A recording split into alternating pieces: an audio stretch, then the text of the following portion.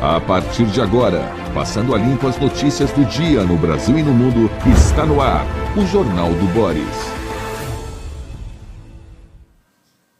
Bom dia, muito bom dia. Está no ar o Jornal do Boris. O Jornal do Boris é um sobrevoo pelos principais acontecimentos do Brasil e do mundo a partir das primeiras páginas dos jornais nacionais e internacionais. Nós amanhecemos com uma notícia nova, uma prisão, está aqui no site da Folha, aliás, praticamente todos os sites dos principais jornais estão dando essa notícia, olha aí. Silvinei Vasquez é preso sob suspeita de interferência da Polícia Rodoviária Federal nas eleições.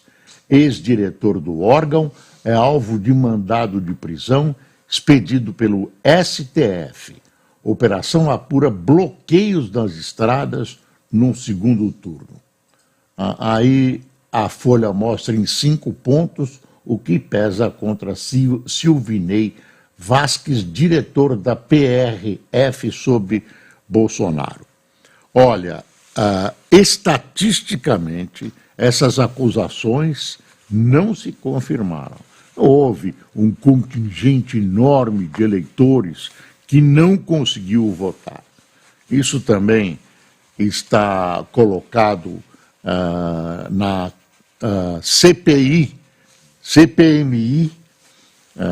que analisa o 8 de janeiro, e ontem o ex-ministro Anderson conversou a esse respeito, dizendo que não interferiu, nem tentou interferir, mas deixou uma ponta de dúvida, porque as declarações dele a respeito de não interferência se chocam com o do diretor regional da Polícia Federal na Bahia, onde Anderson esteve.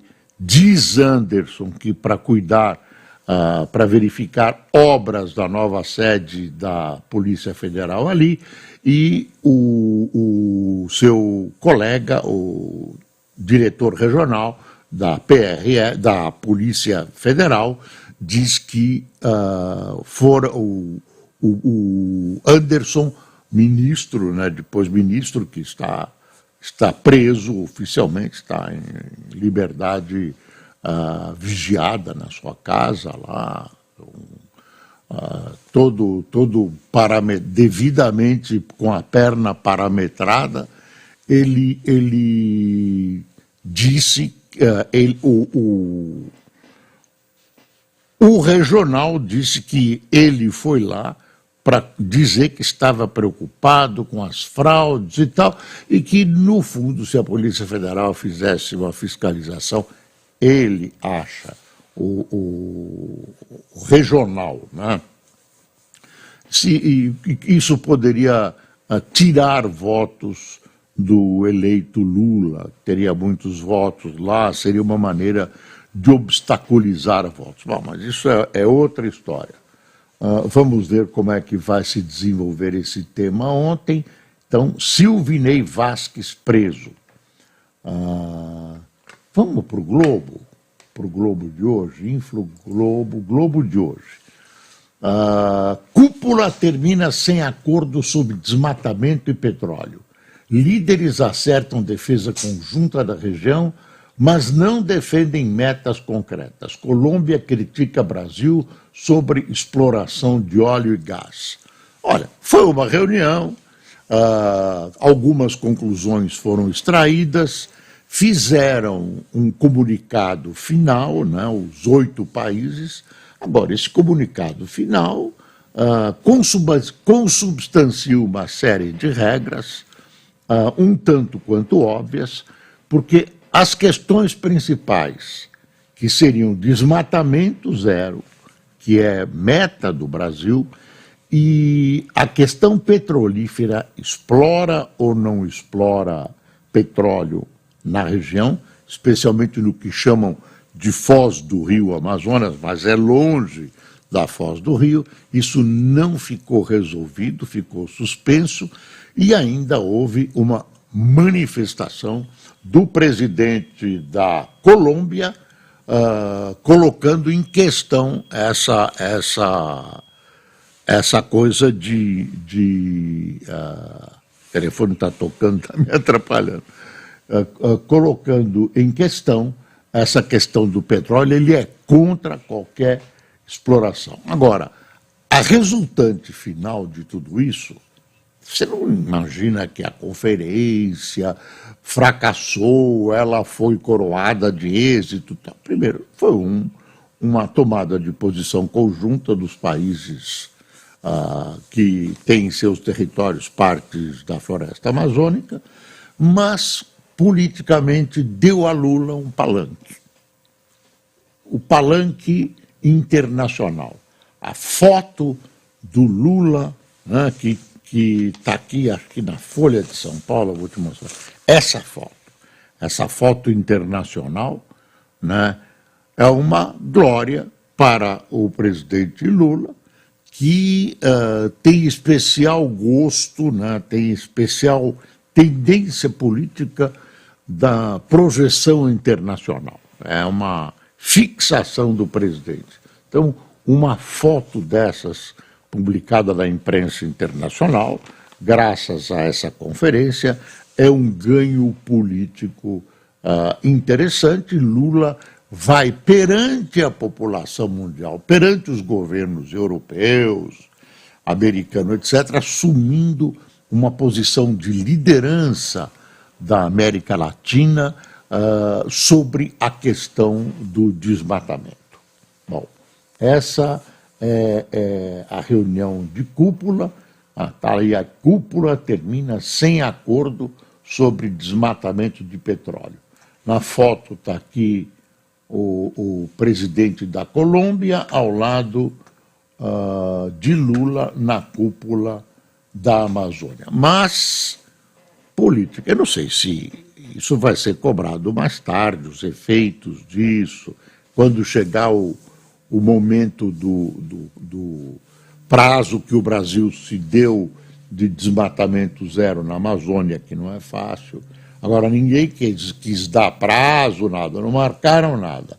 É uma coisa assim, é um grupo de intenções. Já é alguma coisa, mas é um apanhado de intenções, esse comunicado final, com uma projeção internacional maior, grande, porque existe um interesse muito forte nos Estados Unidos e na Europa sobre a questão amazônica. Uns dizem que é uma visão honesta de preservação das matas, outros dizem que é cobiça internacional sobre a Amazônia brasileira, etc., etc., tudo se funde nessa história, mas supostamente está criado um conjunto para defender a Amazônia. Também tem essa, mas é tudo uma coisa que de concreto não tem nada, tem assim uma coisa abstrata.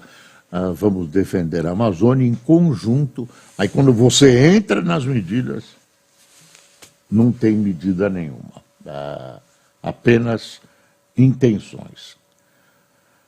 O Bernardo Melo Franco escreve aqui sobre o depoimento da CPMI do ex-ministro Anderson Torres, assim, olha, Anderson Torres abusa das histórias da carochinha em depoimento. O depoimento dele durou 8 horas, mas de depoimento mesmo teve 6 horas e meia, o que não é mole. Eu acompanhei parte, não deu para acompanhar tudo, porque muita gente tem outras coisas para fazer. E o que eu acompanhei, o que eu pude, acho que os principais lances eu acompanhei e depois os revi nos principais noticiários. O ex-ministro Anderson, né, foi bem. Ele foi bem, ele mostrou que estava bem preparado, né, não se assustou com a ferocidade da bancada governista, que partiu para cima dele. Ele procurou racionalmente responder todas as questões, deixou muitas e muitas interrogações, são afirmações dele que dependem ainda de checagem, depende de confronto, depende de ouvir outras pessoas, depende de confrontar depoimentos, enfim, saiu com muita interrogação. Agora ele projetou calma, etc, etc. Tem um termômetro nessa história. Essa é uma CPMI que projeta os seus participantes e aqueles que não são participantes e que se manifestam durante as sessões. E, num determinado momento, já, digamos, no meio do segundo tempo, à tarde, começou de manhã, houve um intervalo para almoço, aí recomeçou mais ou menos às 1h30, e no final da tarde, o plenário da CPMI estava vazio.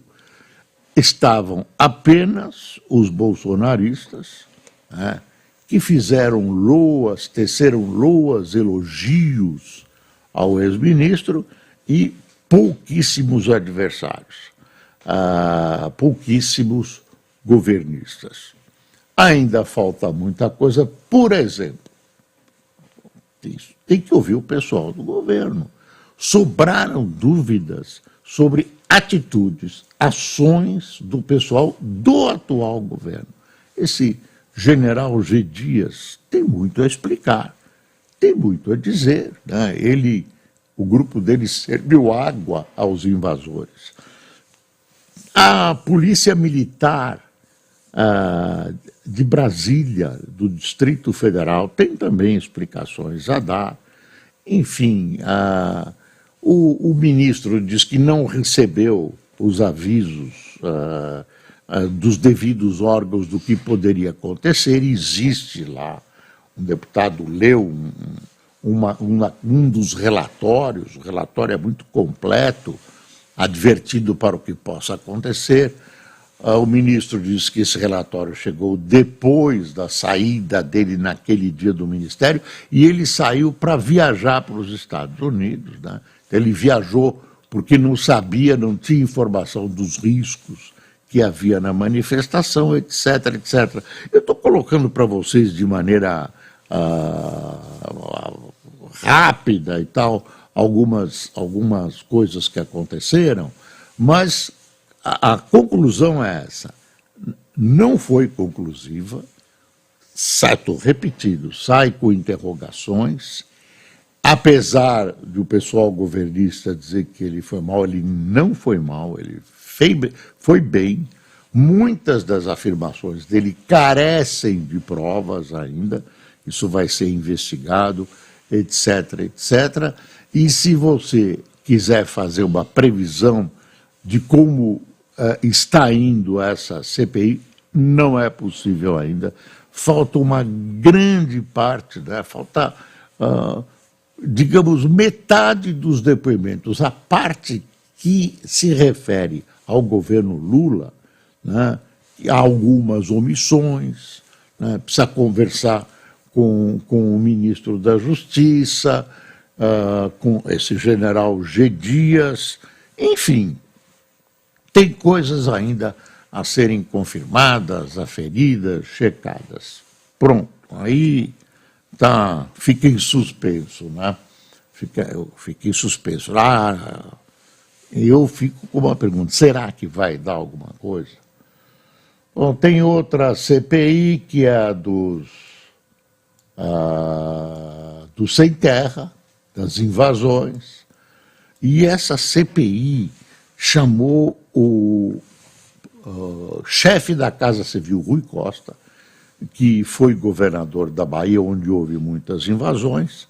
Foi dizem os grandes analistas que o governo subestimou a importância dessa CPI e ela vai inflando, crescendo, né, e pode bater no governo.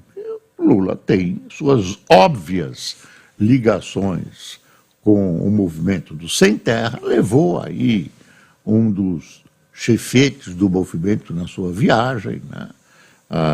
O Stedley, e, enfim, está integrando grandes nacos do INCRA à própria a direção do MST, para as mãos do MST. Enfim, há muita coisa a ser esclarecida, o que me parece, aliás, não é só a mim, incomodar o governo. Começou a incomodar porque eles imaginaram que ia ser o governo imaginou que ia ser uma CPI sem importância, e ela está ganhando, para usar uma frase do momento, tração. Está ganhando tração, né? Está crescendo para cima do PT. Está crescendo para cima do PT e partidos aliados. O PT que tem suas ligações lá. A gente não pode esquecer que vem aí a eleição municipal, e isso pode ter influência na eleição municipal. O Boulos, que não é do MST, mas é do correspondente urbano do MST, que é acusado de invasões. Acusado não. Ele é candidato a prefeito. Com o apoio do PT, o PT não vai ter candidato em São Paulo. Milagre, né? Acabou, a palavra do Lula acabou sendo sustentada pelo PT com o nariz, tapando o nariz, estão aceitando o Boulos. Não sei se o apoio petista vai ser para valer. Eu acho que sim, porque ajuda, acaba sendo importante para o Lula ter a prefeitura de São Paulo, mesmo nas mãos do Boulos, que não é do PT. Enfim, essa questão das invasões e tal podem ser exploradas de maneira a prejudicar a candidatura a Boulos. Dá uma espiadinha aqui no Chico Caruso. Entreouvido entre Lula e Haddad. Joguemos a âncora fiscal ao mar, que é o seu lugar. Olha, a Vera Magalhães, muito brava, diz assim: Lula adere ao negacionismo ao aprovar a ozonioterapia. Você viu, o Lula aprovou, tem um decreto, tem detalhes, blá, blá, blá. A ministra Nízia da Saúde era contra. Era contra. A ozonioterapia não está aprovada totalmente. Pode usar como tratamento auxiliar pela Anvisa. Então, tem gente dizendo que a ozonioterapia é a mesma posição que o Bolsonaro assumiu no Covid, né, com os remédios que ele recomendou. Como era o nome do remédio? Cloroquina. A ozonioterapia seria a cloroquina do Lula. Mas como o pessoal dele não fala nada, aí não tem que defender a ciência. Não, a ciência diz que cloroquina temos que... Estavam certos. Agora, com a ozonioterapia acontece a mesma coisa, né? É um gás, né? Misturam com água, enfiam no rabo do cliente, e muitos animais, eu estou falando de animais. E aí esse gás produziria curas miraculosas. Eu não sei, mas a ciência não chegou a essa conclusão, e o Lula criou a sua cloroquina com a ozonioterapia. Bom, não, eu falei rabo de animais, mas é na cavidade anal mesmo que se costuma colocar num dos tratamentos em animais e também em seres humanos. Aí vem o Globo com uma denúncia: as agendas privadas de Aras e Bolsonaro. Houve vários encontros entre eles, com decisões posteriores favoráveis a Bolsonaro. Então isso precisa ser resolvido e analisado. Em datas próximas, a PGR tomou posicionamentos favoráveis ao então presidente. Eram encontros noturnos. O Procurador-Geral da República, Augusto Aras, teve 2 encontros com Jair Bolsonaro, quando ainda era presidente, omitidos na agenda de ambos, informa Eduardo Gonçalves. Pronto, grande mistério, isso vai ser resolvido, vai servir para encobrir outras coisas. O Aras, já, que tentou ser candidato à recondução, não vai ser reconduzido, né? Está fora mesmo, né? O procurador dessa disputa pelo cargo de procurador-geral da República, que às vezes se torna um engavetador-geral da República. Eu me lembro que eu coloquei esse apelido num procurador e ele quis me processar. Eu me lembro que ele quis me processar. Quem me contou isso foi o Sarney, que era presidente. Olha, conversei com ele, cuidado, você fica dizendo que ele é um engavetador-geral da República, não está gostando. Pronto, contei. Com exceções, a alíquota do IVA será de 27%, diz Fazenda. Vamos ver, a Folha, esse é o Estadão, a Folha traz mais detalhes, ainda não está resolvido, E a Frente de Prefeitos grita que os municípios estão sendo prejudicados com esse novo IVA. Tem muita coisa para resolver nessa reforma, tem muita coisa para ser discutida e resolvida. Você não tem exatamente um exercício de todos os efeitos que essa nova cadeia de impostos pode criar. Inócua e temerária. Olha o editorial da Folha. Lei que autoriza ozonioterapia é mais um exemplo de política pública que ignora a racionalidade. Queria ouvir o pessoal do PT e o pessoal científico que se manifestou tanto durante o governo Bolsonaro. Uai, por que vocês não falam? Né? Quero ouvir as manifestações dos ilustres doutores que se manifestaram tanto e tinham razão contra a cloroquina.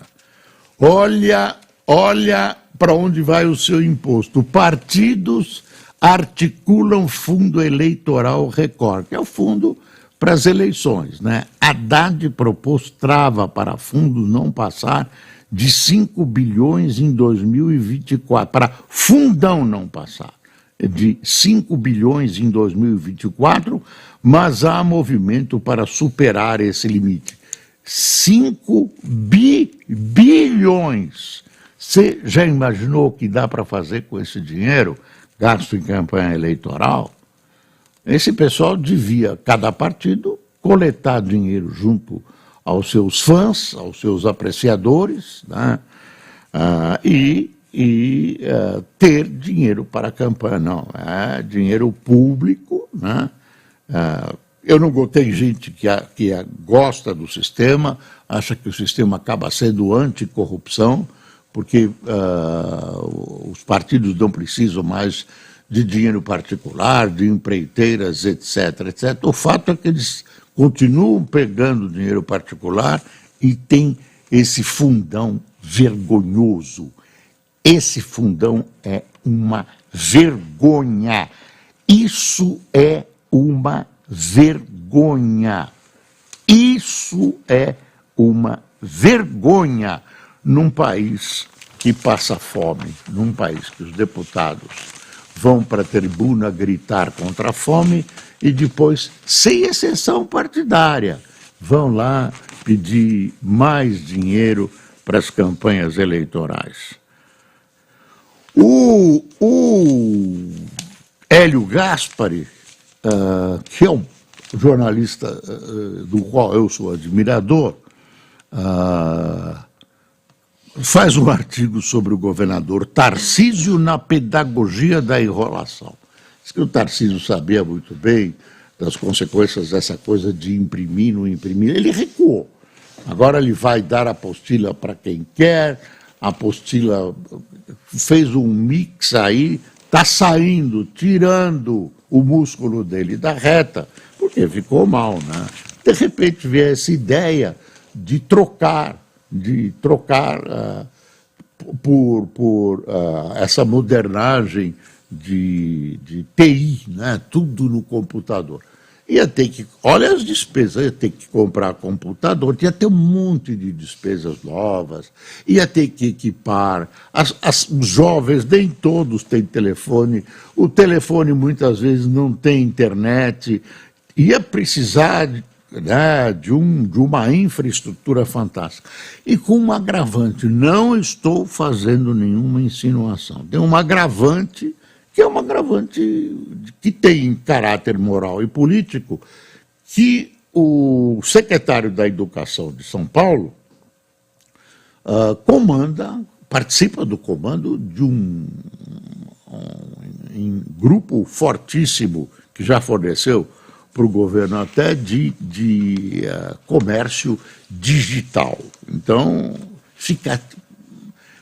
ele participa disso e aí começa... Gente, a conclusão do Hélio Gaspar é a mesma que a minha, que eu já coloquei aqui há alguns dias. Olha, ele diz que o governador está enrolando, e que o governador sabe muito bem dessas coisas, aí ele termina assim. A ideia segundo a qual um estudante pode optar pelo livro impresso ou sua versão eletrônica é pura enrolação. Se o governador e seu secretário querem modernizar o ensino público de São Paulo, podem fazê-lo sem truculência ou enrolações. Basta que se movam ao ritmo da burocracia, evitando a sofreguidão, muitas vezes tóxica, do ritmo de empresários interessados em fechar negócios. Tá? Falou. Eu penso igualzinho, não estou empurrando isso pro Hélio, eu penso exatamente assim, já coloquei isso. Uai, por quê? Governador, tem coisas melhores para fazer, o senhor tem um preparo melhor, um potencial melhor do que ficar tentando mudar a Cracolândia para o Bom Retiro, vai e volta.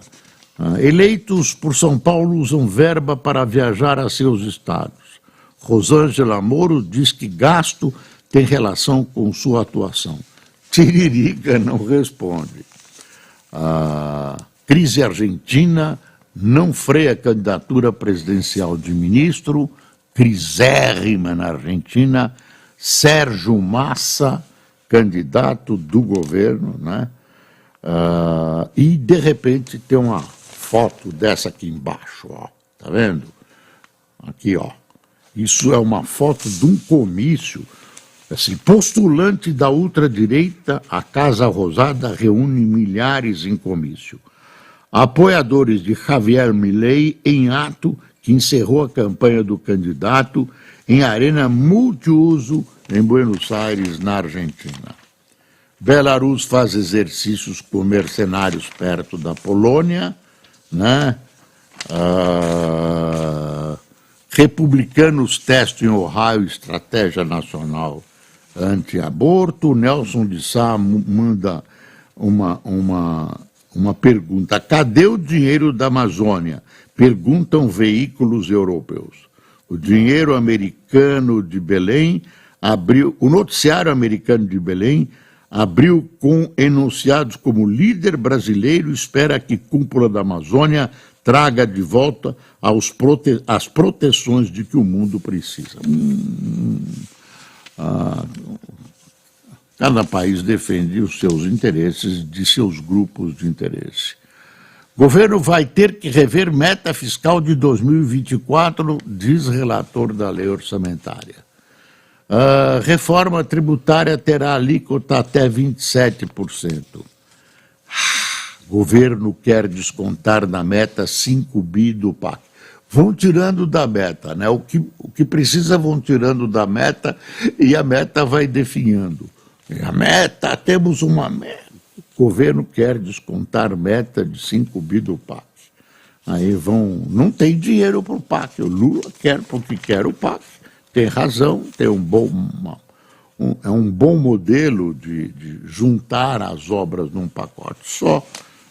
Né? Dá para fazer boa divulgação, funciona para o governo.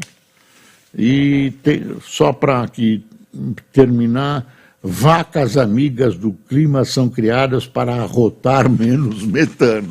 Estão criando uma vaca que arrota menos metano. Eu sei que o metano, o pum da vaca e o arroto trazem problemas. E o metano, olha aí, o valor, Fazenda estima a alíquota padrão de imposto unificado entre 25% e 45% e 27%. Não tem, estima. Bom, vamos ver quem tomou cafezinho conosco. Ih, tinha um monte de coisas para falar aqui, muita coisa. Quem tomou cafezinho conosco, 2 pontos, Tomé Santos, Yuquena Kaizan, Carlene Rodrigues, Yuri Popov, Nadir Dallagnolo, Venerando Almeida, João Orozco, Brás Granato, Fábio Albiran, Miriam Icasa, Rosane Ragazzo, Gracinda Rosilda, Emília Katayama, Eliana de Paula, que está em Boston, nos Estados Unidos, a Luciário Salles, do Rio Grande do Norte, Osmir Munhoz, de Maringá, e Neude Genésio, da Fazenda Rio Grande. Rio Grande, isso mesmo.